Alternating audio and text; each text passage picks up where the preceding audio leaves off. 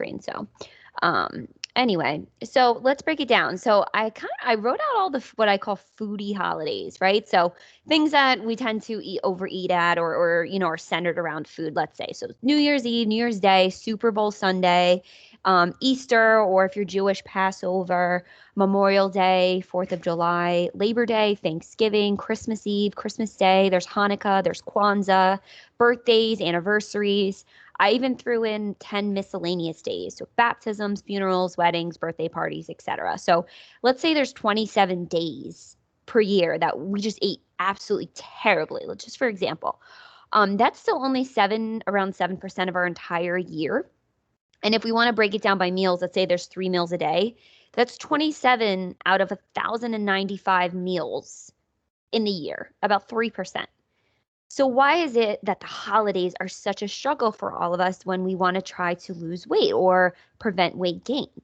Um, it's because of a few things.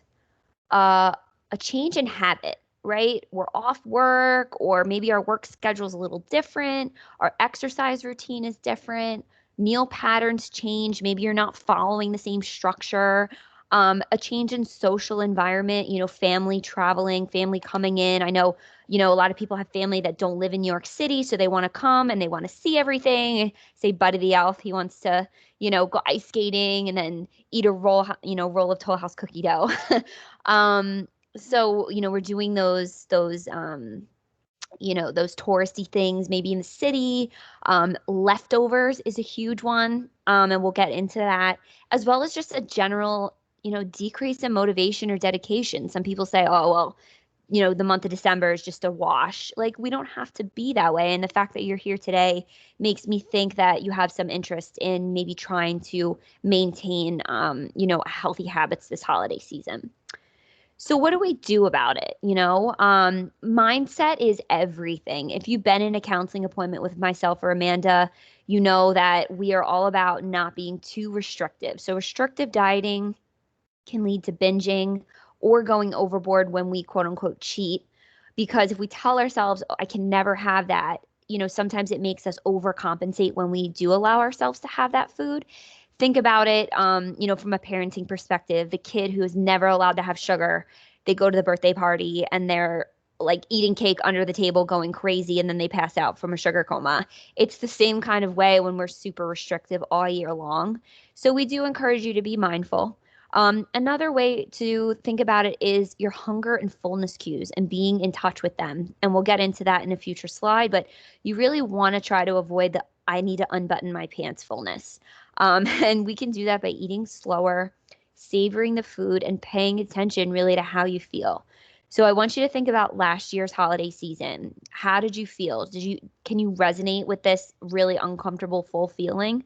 What about Thanksgiving? We just had it about a week ago.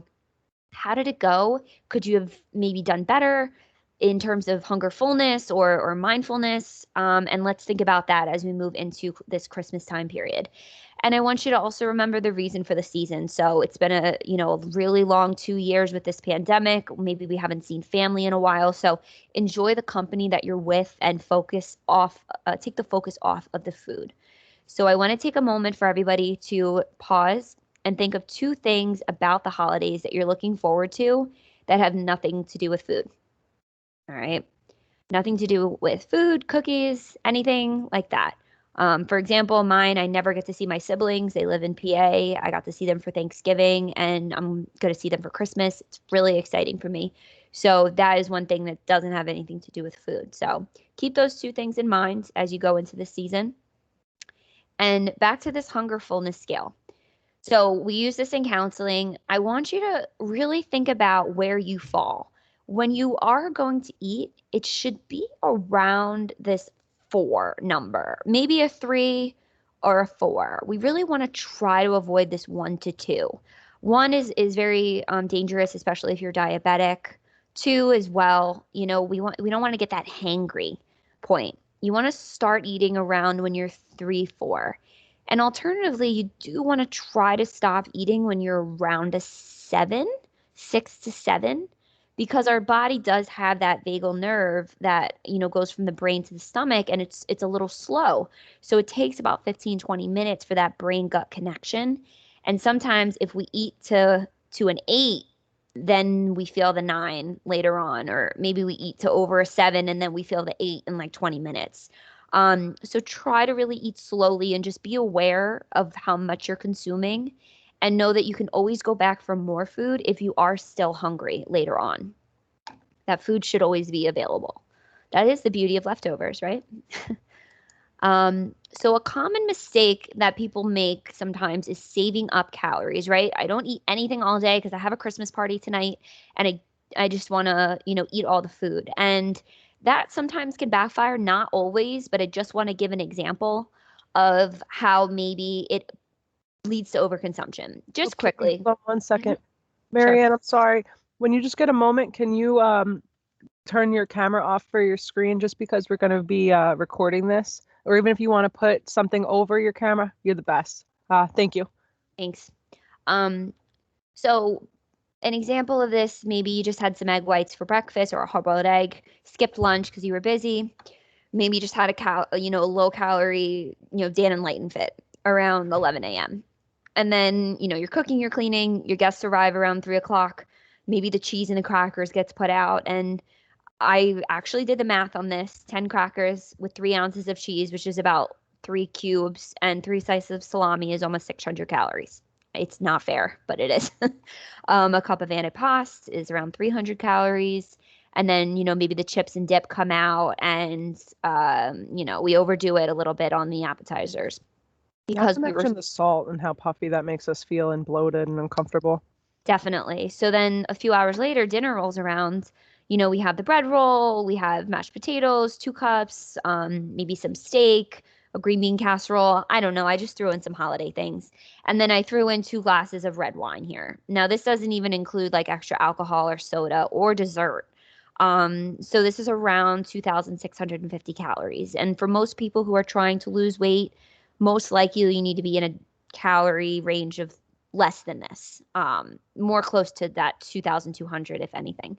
Now, alternatively, maybe, we have an egg white or an egg omelet with a little bit of fruit and that Dan and Lighten fit with breakfast. And then maybe we have some grilled chicken Caesar salad that we picked up from the grocery store when we were, buying our Christmas foods. That way, when the guests arrive around 3 o'clock, we're able to have maybe half the amount of crackers, right? Instead of 10, maybe have 5 with an ounce or 2 of cheese instead of 3 ounces. Same thing with the salami. We've already slashed that about in half. Same thing with the antipasto. Maybe we just have a half a cup instead of the full cup. And again, with the chips, maybe 2 tablespoons of the French onion dip instead of 210, because you're not so hungry. And then at dinner, we're going to get into this, but maybe skip the bread roll. You can have a bread roll all year long, but I know for me, we don't really make like mashed potatoes, or my dad makes like his Sunday sauce. Those are the types of things that I really look forward to. I could have a bread roll tonight if I wanted it. So maybe skip the roll, again, because you're a little bit more satisfied by this appetizer. We say maybe half the amount of mashed potatoes, so then you have room for dessert, maybe 1 glass of wine. The alcohol is a whole nother topic, but you can see how this leads to around 1,900 calories versus that 2,650. And why does it matter? It's one day. I know it's only one day, but in general, if you have a lot of parties going on, this will add up. Because to gain 1 pound, right, we must consume about 3,500 calories extra. So 1 pound mathematically is equal to 3,500 calories. It's a unit of energy. So let's say it's not the holidays, you want to try and lose weight. We typically recommend eating in a 500 calorie deficit of what you currently eat.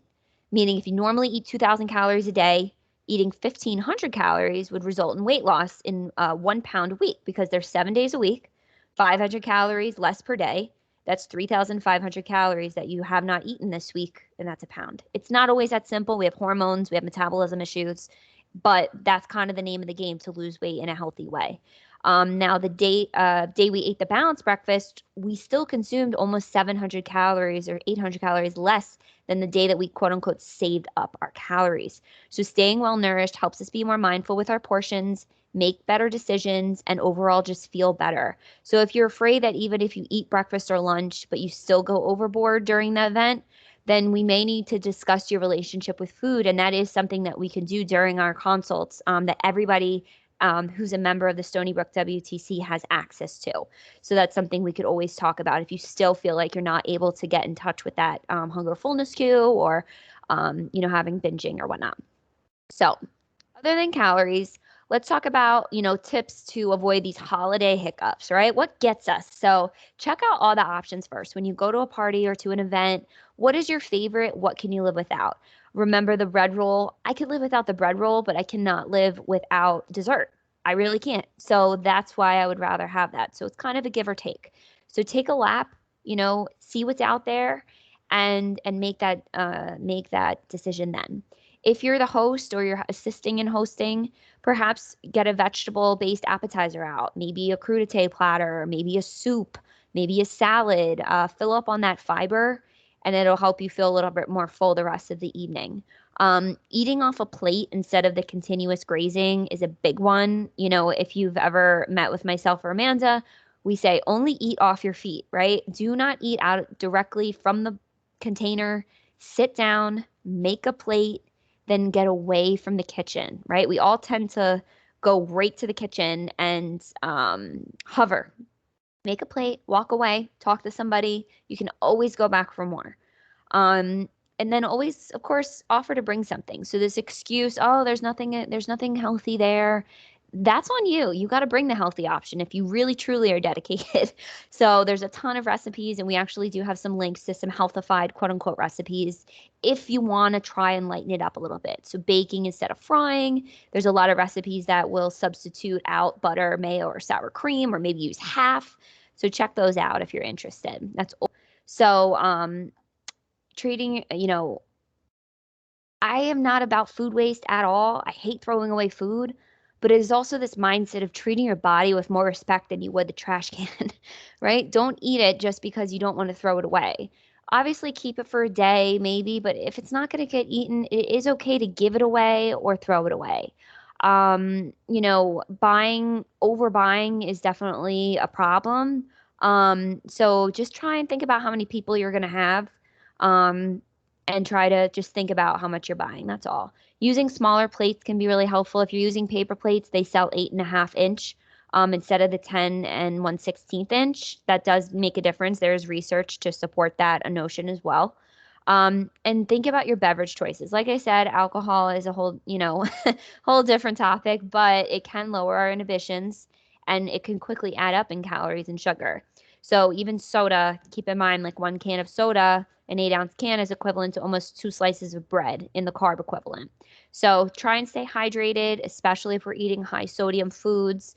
Maybe try and alternate between alcohol, soda, and water. Maybe buy some seltzers, even like a diet soda, just because you're going to have so much sugar that day, most likely, in the form of either carbohydrates or pure, dessert sugars. So just really be mindful about your beverages as well. That red wine, added up pretty quickly. So just be careful. And of course, slow down, chew your food, enjoy it, taste it, and give your brain that time so that you can get in touch with that hunger fullness cue. Okay. Social pressures and food pushers. This is a big, big topic. Now, this isn't even just Christmas time. This is going to your in-laws' house for Sunday dinner. This is, going to your family's house or they come over. How to verbalize it in a way that's not going to offend someone, right? Because food is love, and many of us show our love through food and cooking. So these are just some tips, just telling them you can even make it a joke. Like this one is formal. I'd love to eat more, but I couldn't possibly have another bite without feeling full. You can say like, listen, I'm gonna blow up if I don't if I don't stop eating, or you really don't want me to have that other slice, like it's gonna be a problem. You can make it a joke. You can say it looks delicious. I'm really too full, but I'd love to take some with me if there's leftovers. Offer to take that as leftovers because you really might want to try it or eat more of it, just maybe not at that time. You can have those calories tomorrow. It's okay to take leftovers home, or even maybe ask for the recipe, just so that they don't feel like they didn't give you something. Allow them to give you something, just maybe not at that time. Let them know you're not, wouldn't feel physically good if you eat any more of the food. Or you can share your goals. We do tell people to share your health goals with your friends and family. So you can say, yeah, it's usually true. Like, I'll eat it, but this year I'm really trying to make better choices. So I'm really good. Thank you so much for offering. And they really should hopefully respect that. So these are just some tips. And then I took a photo here to the right. So my mom sent me home with 3 different pies and a whole walnut cranberry cake after Thanksgiving, and I was didn't know what to do with it, right? So I did have another social event that weekend. So I made a pie sampler and I brought it to my friend's house. So instead of buying another dessert, I just took all the leftovers and plated it up, and it actually went. So that's just maybe a tip. I don't know if it'll work, but it worked for me. So you can always cut things up and do a little sampler. So let's talk about exercise, right? So that motivation, that habit, that's where this comes into play. You don't need to repent for your sins, aka burn or earn your calories. You might see a lot of, Facebook posts out there. 1 piece of pie is equal to X amount. Don't worry about that. But, exercise is important to maintain, mental health as well as physical health. So taking a walk after dinner can definitely help with digestion. The weather, I don't know, pending. But keeping up with your exercise routine is going to be important if you're already trying to be physically active. So maybe it just means setting a step goal for yourself, either on your phone, if you have a Fitbit, Apple Watch, etc. Get a It buddy. gets you away from your mother-in-law. Yep. Hey, I'm gonna go walk the dog. I'll see you later. If you don't want to do the dishes, right? Go walk the dog. Get a buddy. Amanda and I are gonna try to get up and do spin class before work some days this month. We'll see if it happens, but try and have an accountability buddy. Amen. Get up early and go. If you're somebody who has a lot going on this month, you have Christmas presents to wrap, you need to buy Hanukkah presents, whatever it is, go in the morning, and then you don't have an excuse that you ran out of time. So, or it's too crowded or whatever the excuse is.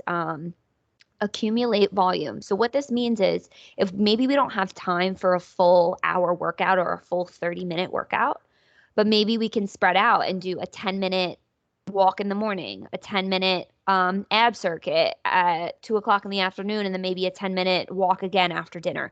Break it up. It doesn't all have to be at the same time. Or it could even be, all right, I'm going to do 10 squats every hour. Whatever it is, you can spread it out. At least it just gets you up. If you have a fitness watch, it'll buzz you to say that you've been sitting for too long. But, accumulate that volume and try to just get it in wherever you can.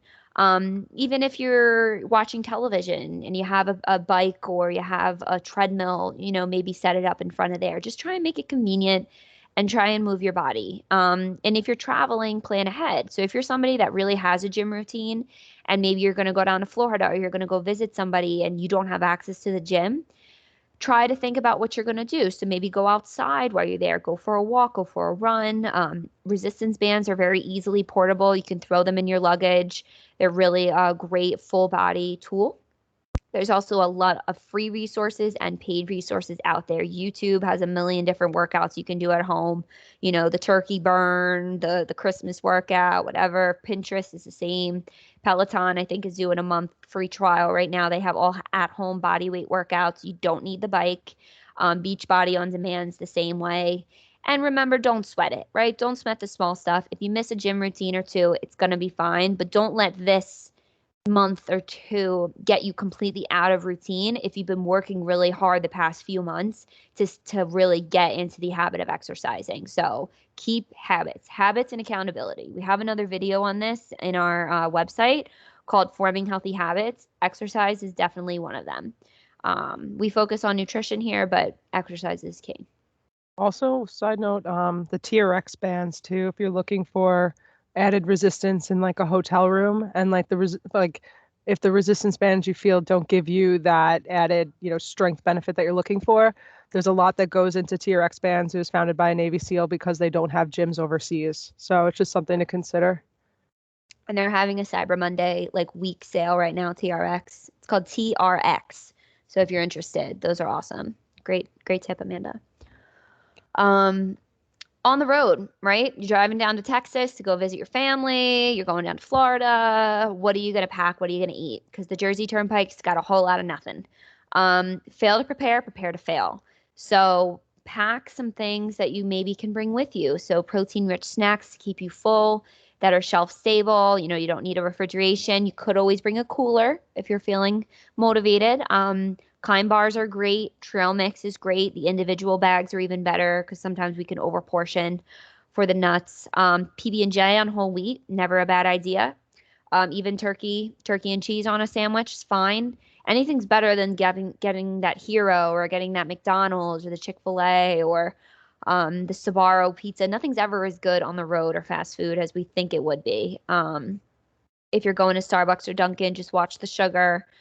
This is a great website, fastfoodnutrition.org. If you go on there, it has all of the nutrition facts for every fast food establishment. So it's a little scary when you find out how many calories are in things, but if you're curious, check it out. Our website has some other tips too for how to eat healthy on the road.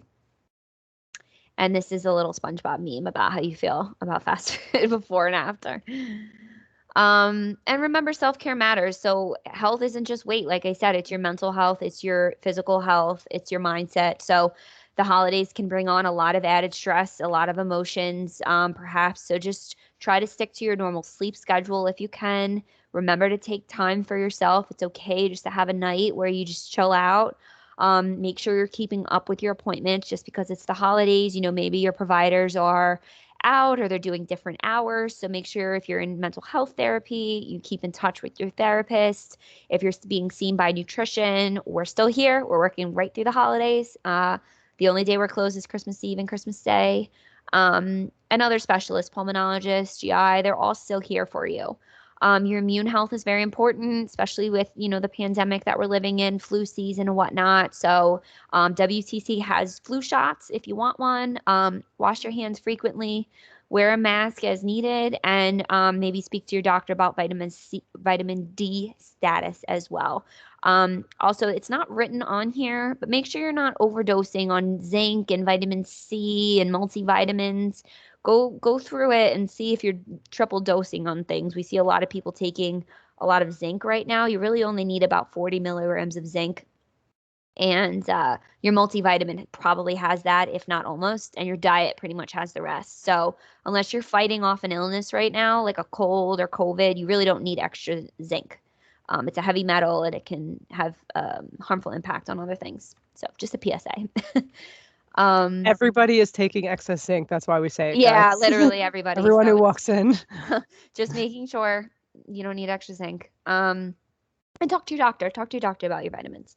And remember your why. So think back to, you know, that previous screen that we said about the reason for the season. So no one is really going to hold you accountable except for yourself when it comes to your habits. So motivation gets you started, but habit keeps you going. Having motivation and dedication every morning is a luxury. Very few people have. But habit and routine are what keep you going. So think about that. Think about keeping up with your schedule as best as you can, your eating plan. Don't skip meals. Keep on routine. Get that protein in. Don't let the 7% outweigh the 93%. Remember that 7% of the meals for the year. Don't let that outweigh. Keep focused. Reflect on your reason behind wanting to prioritize your health and nutrition, right? What motivates you to want to either lose weight, control your blood sugar, control your cholesterol, get stronger? It likely ties back to what makes you most excited for the holidays, right? Spending time with family and loved ones. Being able to wear cute clothes that you don't normally get to wear. That might be Amanda's thing that she's looking forward to. Um, I love my clothing. keep tabs on yourself, guys. I know the scale isn't for everybody, but it allows for accountability in some way. I don't want you stressing that you gained a pound. That's not the idea. But if you notice that every week you're slowly gaining, it might mean that we're over consuming calories or not exercising enough. So pay attention maybe to the way your clothes are fitting, your breathing ability when you're walking up the stairs, your step count. If you're a tracker person, hey, oh God, my steps were only 2,000 today. I got to pick it up. So keep these little tabs on yourself. That'll keep you motivated. And never hesitate to reach out for support. If you're a current patient, we'll see you this month. If you're not and you want to get back into it, either this month or the month of January, give us a call. We're here. We are available Monday through Friday. Our earliest appointment's 8 a.m. Our latest is a 4 p.m. or 3:30, excuse me. But you can always call or email if you have questions. I put my number here. Um, this slide's going to be available if anybody wants it. Please email me after the video if you would like to receive these slides so that you can use them as reference. This is being recorded and put on our website, but if you want the actual physical slides, let me know because we do have recipes here for the healthified recipes, healthy mashed potatoes. These are like all of our favorite bloggers, I would say, that we use recipes from. So feel free to check it out. Shoot me an email if you would like these slides. And I want to thank everybody for attending, and I'm wishing you all a very safe and healthy and happy holiday season. I'm going to open up the floor to questions.